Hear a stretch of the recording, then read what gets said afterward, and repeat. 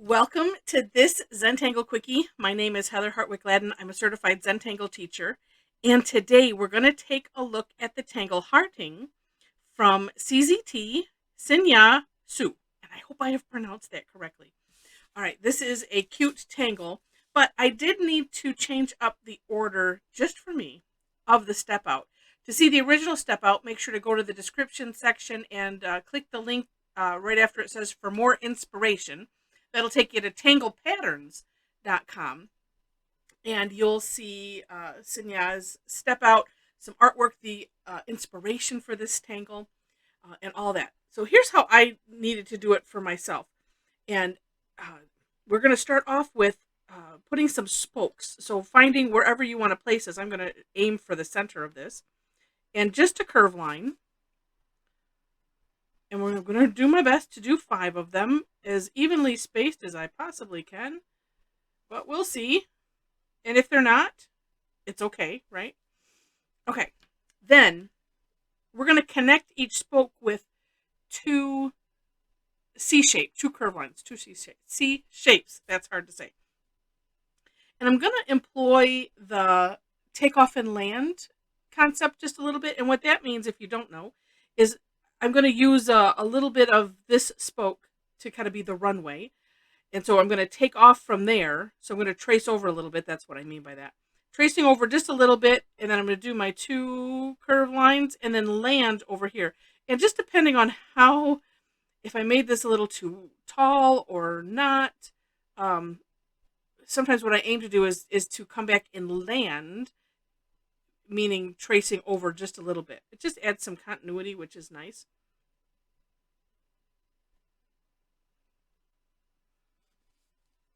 And my aim is always to make both of them look equally nice, but sometimes meh. And you can decide how like how high or how high the arch you want to have on your C, and then also like how as you can see, like this has a different, this really looks like a heart. This one, maybe not so much, but you can decide how you want to do that. And a lot of times that is our personal style, and that's all good. If for some reason, and I'll just do this here kind of on purpose, you end up like this, a little bit short, of course it's okay because this is part of that next one. So it pays to work slow. And but knowing that, like I said, if you miss that, which I've done that a couple times as I was playing with it, it's all okay. So the reason that I needed to change the step out was because the way it was originally was to do this curve line in a circular, in an orb like fashion, and that, number 1, I know I would have a challenge with, and then 2, making sure I have enough curve lines so that way I have 2 for each stroke. So I thought, let's just do those spokes first, and then I'm assured to have 2 per, and then I can have it be in as much of a circular shape as I can. All right, next step is we're going to essentially aura, but if you watch, okay, let's see. I'm picking this heart right here, and so we're not going to aura this side. We're going to start, I'm starting from the center.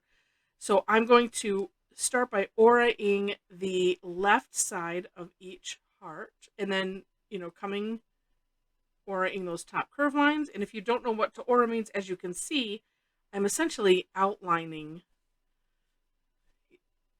that original line. And I'm just coming in, you decide whatever distance you want to be your aura, and then that's what we do. So we're not touching this at all. So as you see, then it's like the Halabow concept, right, of drawing behind, but we didn't actually have to draw behind. It just ends up looking like that because we've started here. Anyway, you see how that works. So we're going to do that for each one.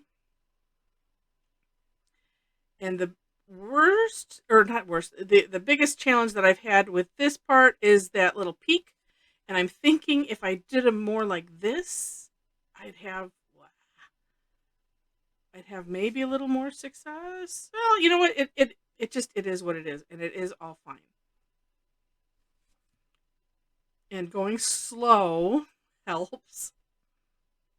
And actually I'm just realizing slash reminding myself right now, when we're oraing peaks, like the corners like this, where it's a point, it's a well, if I look at it upside down, it's a peak. Sometimes you have to have more space than you would here, and that kind of compensates for. See how nicely that worked? Yes, I need to remember that.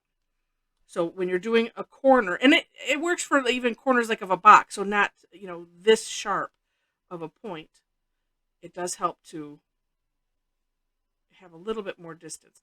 Okay, and that's it. That's it. We're done. So, except we'll throw some shading in here. And okay, so simple shading, and really it's a simple kind of a staple, we'll say, where you have something that's tucking underneath something else. We're going to put some graphite on the side that's being tucked in. So this is kind of showing the as it's going under, like as if there was a shadow, because it's going down and under the other one. And actually, we look at shading not necessarily for light source, or we're not necessarily concerned about shadow, but thinking about light reset, or the darkness of the graphite. I always say it goes down, but it puts something in the recess. If it works better with my simplistic terms, the dark makes it go down, and if you use a highlight, it makes it go up. Two-dimensional. Two-dimensional, although it does make it kind of three-dimensional when you look at it, because if we consider the way it is as flat, that's one dimension, right? Then two is when we if we have it go down like this, and then three is the part that is highlighted. Anyway, I'll have to work on that, on my own philosophy of shading. The non-artist version. And I'm going to bring this one out a little bit, because that's a little bit, those ones are dark and these ones aren't. So I am going to make them, wait a minute. Yeah. I thought it was just the way it was looking. I'm going to make them consistent. And having them be a little bit darker, it adds a lot, more drama to it, if you will. But I do like to have them at least be, there we go, somewhat consistent. And so now it looks like 5 little hearts that are, tucked in, behind each other, making this cute, like a flower. So that's it. But again, because I know that I have had challenges with shading, and I get a lot of some comments and questions from people about shading, and so there's just some of those key basic things that can help, at least to get you started. And then as we learn and we put things in our mental toolbox, for tangling, then we just draw on them as we play. So you can also, I just wanted to throw this one in there too, add color. I did some fun with with a pastel pencil, chalk pencil, doing some print-tomps, and then using a technique that I just taught a class in, excuse me, called the 14 Shades of Gray, although this would be 14 Shades of Pink. And anyway, it turned out really cute, and I wanted to share that. Adding some of the jelly roll marker to make it look like it's juicy, like it's candy. So that's some extra fun that we can have with that as we are moving into February at the time of this recording. And I thought that would be great. Little sub note for those that are following on Facebook, that are in the Tangle Addicts community. I picked this tangle because it's cute, and a little early for Valentine's Day, but today this recording will be our daily tangle number 365. So I kind of wanted to do something special And with the name Harding, I'm like, oh yes, it made me think of the old well, no, I think they still use it, the I Heart, they would have that on T-shirts and mugs and things. I Heart whatever, New York, or whatever they would put on the shirt. And so I was thought I would use it as a verb. And I've been hearting doing these videos and doing the daily tangle. It's hard to believe that a year has gone by since we started the first 100-day project.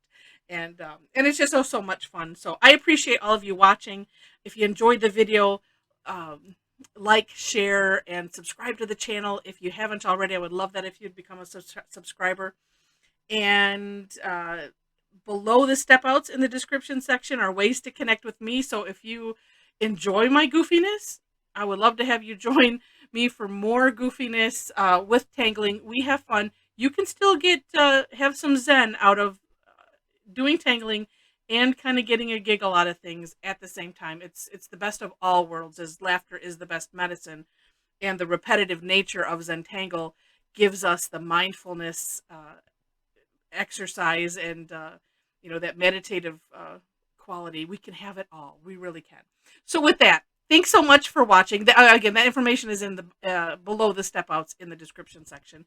And with that, thanks again for watching, and I wish you happy tangling.